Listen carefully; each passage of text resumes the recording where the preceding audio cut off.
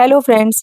जब सर्दियों का मौसम आता है ना तो सर्दी जुकाम और खांसी की प्रॉब्लम ना बढ़ने लगती है। तो इनसे बचने के लिए हम च्यवनप्राश खाते हैं, जिसे खा के ना हमारी इम्यूनिटी जो है ना वो स्ट्रांग होती है। और अगर ये च्यवनप्राश हम घर में बना के तैयार करें तो चलिए आज बनाते हैं आंवला से बनने वाली बहुत ही स्वादिष्ट और बहुत ही हेल्दी च्यवनप्राश, जो कि बहुत ही फायदेमंद होता है।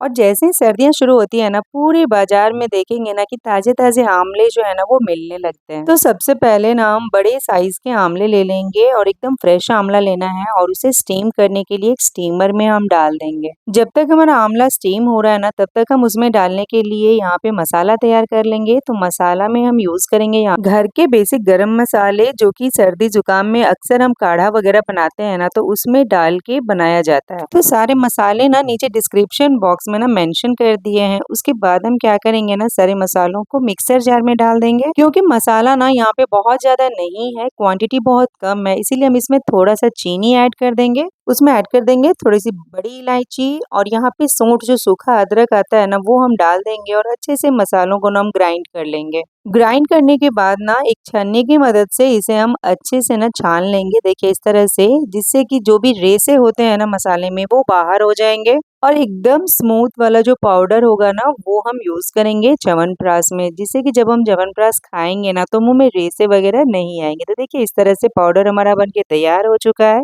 इसके बाद हम इसमें डालने के लिए ना गुड़ ले लेंगे। तो यहाँ पे ना 1.25 किलो के लगभग 1 किलो 250 ग्राम के लगभग मैंने आंवला लिया था और आधा किलो गुड़ मैंने यहाँ पे लिया है।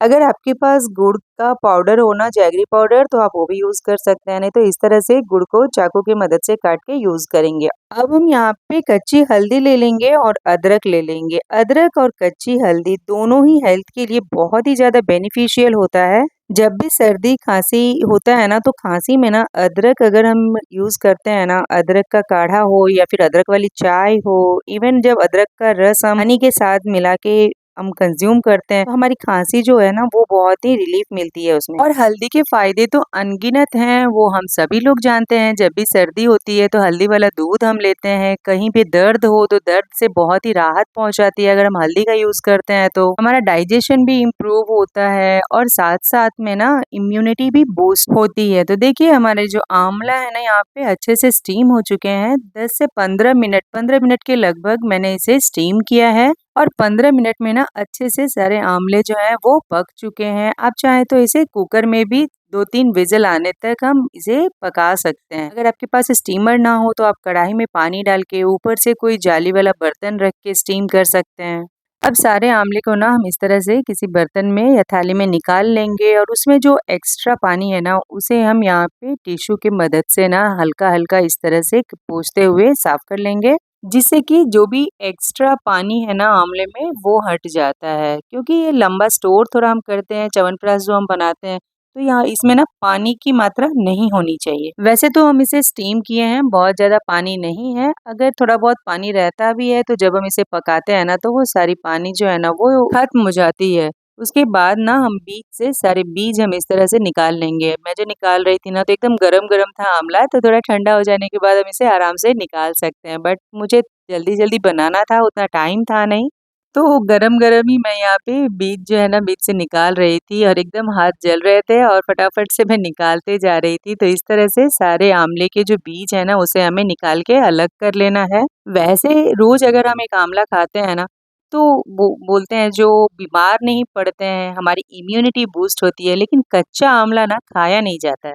तो इस तरह से देखिए सारे जो बीज थे ना मैंने निकाल के अलग कर लिए हैं और सारे छोटे छोटे पीसेस में यहाँ पे हमारे जो आंवला है वो स्टीम होके तैयार हो चुके हैं। अब हम आगे का प्रोसेस करेंगे। तो ले लेंगे एक मिक्सचर जार, जितना भी यहाँ पे आंवला के पीसेस है ना जो हमने बीज से अलग किए हैं वो सारे हम मिक्सचर जार में ऐड कर देंगे और इसका ना एकदम स्मूथ सा पेस्ट हमें बना के तैयार करना है। बिल्कुल भी दरदरा नहीं होना चाहिए और कोई भी टुकड़ा भी नहीं होना चाहिए, एकदम अच्छे से इसका पेस्ट हमें बनाना है। तो सारे आंवला मैंने यहाँ पे मिक्सचर जार में डाल दिए हैं। उसके बाद जो कच्ची हल्दी और अदरक हमने काट के रखे हैं वो भी इसी के साथ साथ हम इसमें डाल देंगे और सारे चीज को मिला के अच्छा सा हम स्मूथ सा पेस्ट यहाँ पे बना के तैयार कर लेंगे। प्रोसेस जो है इसका थोड़ा बनाने में लेंदी है, लेकिन टेस्टी बहुत ही ज़्यादा बन के तैयार होता है। तो देखिए एकदम कितना स्मूथ सा पेस्ट हमारा बन के तैयार हुआ है और इसका कलर देखिए, हल्दी डालने की वजह से इसका कलर कितना प्यारा लग रहा है ना। तो इस तरह से स्मूथ पेस्ट हमारा बन के तैयार हो चुका है। अब गैस पे हम एक कढ़ाई चढ़ाएंगे और ये ध्यान रखना है कि हमें मोटे तले की कढ़ाई लेनी है, बिल्कुल भी पतले तले की कढ़ाई नहीं लेंगे यहाँ पे। अगर आपके पास लोहे की कढ़ाई हो तो वो सबसे बेस्ट होता है। मेरे पास नहीं था तो मैंने यहाँ पे स्टील की कढ़ाई ली है और उसमें मैंने यहाँ पे 2 चम्मच घी ऐड किया है। जब घी हमारा गर्म हो जाए उसके बाद जो पेस्ट हमने यहाँ पे आंवला, हल्दी और अदरक को पीस के बनाया है ना, वो पेस्ट हम इस कढ़ाई में घी में ऐड कर देंगे और सारे देखिए चम्मच की मदद से जार से हम इस तरह से निकाल लेंगे। च्यवनप्राश की जो ट्रेडिशनल रेसिपी है ना, वो देखेंगे ना कि हमेशा से जहाँ भी देखने को मिलता है ना आपको, तो वो लोहे की कढ़ाई में ही बनाई जाती है ना? तो अगर लोहे की कढ़ाई में बनाई जाए तो उसका जो कलर आता है ना, वो देखते होंगे कि च्यवनप्राश का कलर थोड़ा काला-काला सा रहता है ना, तो वो लोहे की कढ़ाई में बनाने की वजह से उसका वो कलर आता है और लोहे की कढ़ाई में बनाने से वो हेल्दी भी होता है। तो थोड़ी देर हम इसे फ्राई करेंगे और फ्राई करने के बाद जो गुड़ हमने वहाँ पे काट के रखे हुए थे, वो गुड़ हम इसमें डाल देंगे और धीरे-धीरे से उसे अच्छे से हम यहाँ पे मिक्स कर लेंगे। और एक चीज़ ध्यान रखना है कि फ्लेम को हमें बिल्कुल भी हाई नहीं करना है, फ्लेम हमेशा लो टू मीडियम पे ही रखना है, क्योंकि थोड़ा-सा भी अगर हम फ्लेम हाई करते हैं तो वो नीचे से जलने लगेगा और च्यवनप्राश का जो टेस्ट है ना, वो उसका टेस्ट बिगड़ जाता है। जब थोड़ी देर ये पक जाता है ना आंवला, तो देखिए इस तरह से ना उसके मतलब वो उड़ने लगते हैं, इस तरह से पकते हैं ना तो उड़ने लगेंगे। तो इस चीज़ का ध्यान रखना है कि हमें अपने हाथ भी बचा के रखने हैं। तो यहाँ पे ना हम यहाँ पे ढक्कन का एक सुरक्षा कवच यहाँ पे बना लिए हैं। देखिए इस तरह से रखते हुए और हमें मिलाते रहना है, क्योंकि मिलाना हम नहीं छोड़ सकते हैं। थोड़ी देर के लिए भी अगर हम मिलाना छोड़ देंगे ना, तो नीचे से ये च्यवनप्राश कढ़ाई में पकड़ने लगते हैं, मतलब जलने लगते हैं। तो मैंने यहाँ पे ढक्कन को हाथ से पकड़ते हुए एकदम लो फ्लेम पे इसे मिला रही थी। उसके बाद जो मसाला हमने यहाँ पे खड़े मसाले को पीस के तैयार किया था, वो मसाला हम इसमें ऐड करेंगे और उसे भी एकदम अच्छे से हमें मिक्स करना है। धीरे-धीरे इसी तरह से मिलाते हुए वो सारे मसाले इसमें मिल जाने चाहिए, थोड़े से भी उसमें लम्प्स ना रहें, इस चीज़ का ध्यान रखना है।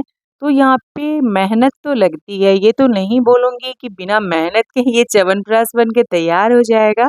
मेहनत भी लगेगी और थोड़ा टाइम भी लगता है। जब मैं ये पका रही थी ना, तो पूरा प्रोसेस ना ये पूरा बन के तैयार होने के लिए 35 से 40 मिनट ना मुझे इसे कंटिन्यूअसली पकाना पड़ा एकदम लो फ्लेम पे और एकदम कंटिन्यूअसली मिलाते ही रहना है, बिल्कुल भी इसे बीच में बंद नहीं करना है।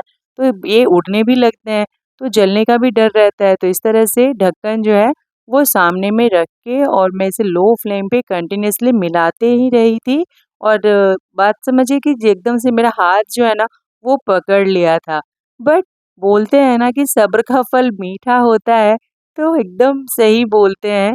थोड़ा-सा मेहनत लगता है और सब्र करके जब हम इसे बनाते हैं ना, तो जब आप इसे खाइएगा, तो आपकी सारी थकान जो है ना, वो छूमंतर हो जाती है। तो देखिए धीरे-धीरे जैसे ये पक रहा है ना, तो इसका कलर भी चेंज होते जा रहा है। लेकिन क्योंकि हम स्टील की कढ़ाई में बना रहे हैं, तो एकदम से काला वाला कलर तो इसमें नहीं आएगा। लेकिन कलर देखिए पहले एकदम पीला कलर का था जब हम इसे शुरू किए थे भूनना, धीरे धीरे इसका कलर भी चेंज हो रहा है और जैसे जैसे ये पकते जाएगा ना तो ये थिक भी होते जा रहा है। देखिए कितना गाढ़ा हो चुका है। जब शुरू में हम भूनने लगे थे तो बहुत ही इसकी फ्लोइंग कंसिस्टेंसी जैसी थी, बट अब ये धीरे धीरे ना थिक हो रहा है।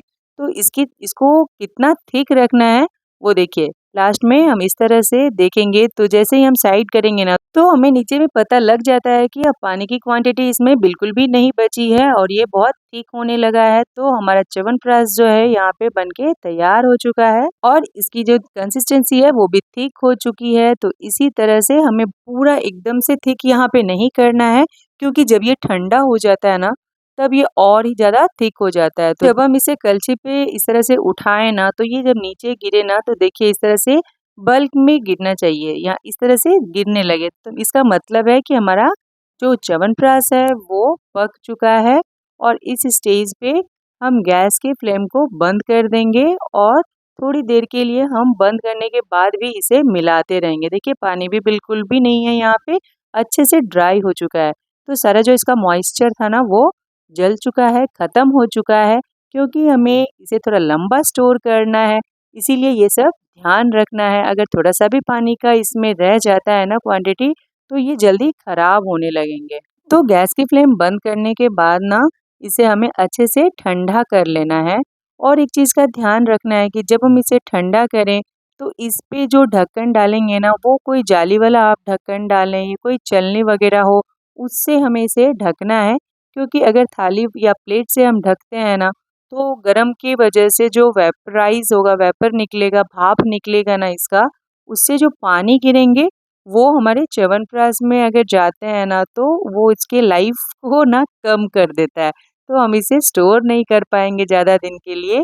तो ये चीज़ ध्यान रखना है, जो इसे हमें कोई जालीदार बर्तन से ढकना है जब हम इसे ठंडा होने के लिए रखें। और घर में बनाए हुए इस च्यवनप्राश का एक और फ़ायदा है कि मार्केट में जो भी च्यवनप्राश हम खरीदते हैं ना, उन सारी चीज़ों में प्रिजर्वेटिव्स डाले हुए रहते हैं। और घर का बनाया हुआ जो च्यवनप्राश है वो बिना प्रिजर्वेटिव के हम अच्छे से 5 से 6 महीने तक इसे हम स्टोर कर सकते हैं।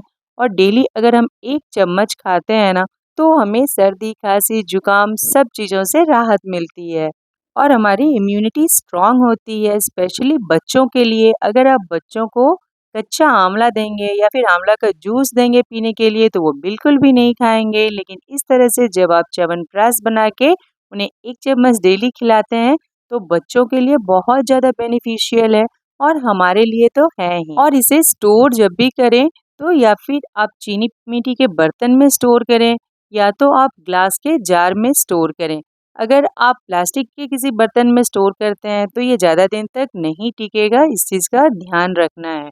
तो हमें स्टोर करने के लिए चीनी मिट्टी का बर्तन या फिर ग्लास जार का यूज़ करना है। और अगर आप हमारे चैनल पे पहली बार आए हो तो प्लीज़ चैनल को सब्सक्राइब करके जाइएगा ताकि आगे भी इस तरह की स्पेशल रेसिपीज़ हम लोग आपस में शेयर करते रहें। और रेसिपी अगर आपको पसंद आई हो तो वीडियो को लाइक और शेयर करना ना भूलें और चैनल को सब्सक्राइब करके जाना बिल्कुल भी ना भूलें। तो आप भी इसे ज़रूर ट्राई करें और खाएं, पिएं और स्वस्थ रहें। Thank you.